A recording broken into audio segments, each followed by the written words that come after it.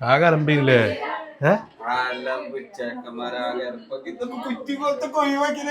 ജനാലിന്റെ ചെക്കന്മാര് മൊത്തം ഒഴിവാക്കിയോ? അന്നെ കൊടുക്കോ കൊണ്ടാന്ന് ലാസ്റ്റ് ഓളയും കൊണ്ട് പാഞ്ഞു പറഞ്ഞു. ഒരു മാസം മുമ്പ് അലമ്പം വിളിച്ചാരാ, ഒരു മാസം മുമ്പ് ഞാൻ ഇവിടെ മാങ്കാവില് നോക്കിയത് ഞാൻ ഓരോട് ആരോട് പറഞ്ഞില്ല.